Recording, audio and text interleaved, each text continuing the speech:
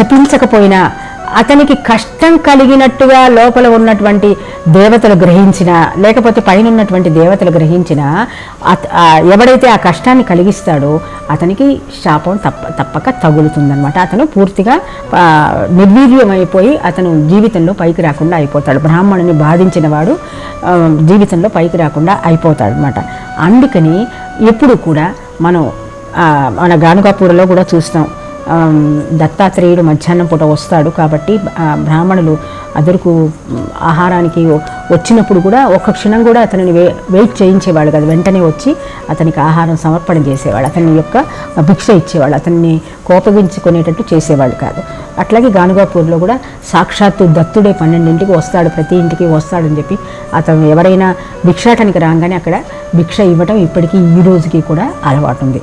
So అట్లా ఈ బ్రాహ్మణులని భూలోకంలో సంచరించే దేవతలుగా చూస్తూ ఈవెన్ దేవతలు కూడా ఈ బ్రాహ్మణులకి గడగడలాడిపోయేవాళ్ళు అనమాట. వీళ్ళ మంత్రశక్తికి గడగడలాడిపోయేవాడు.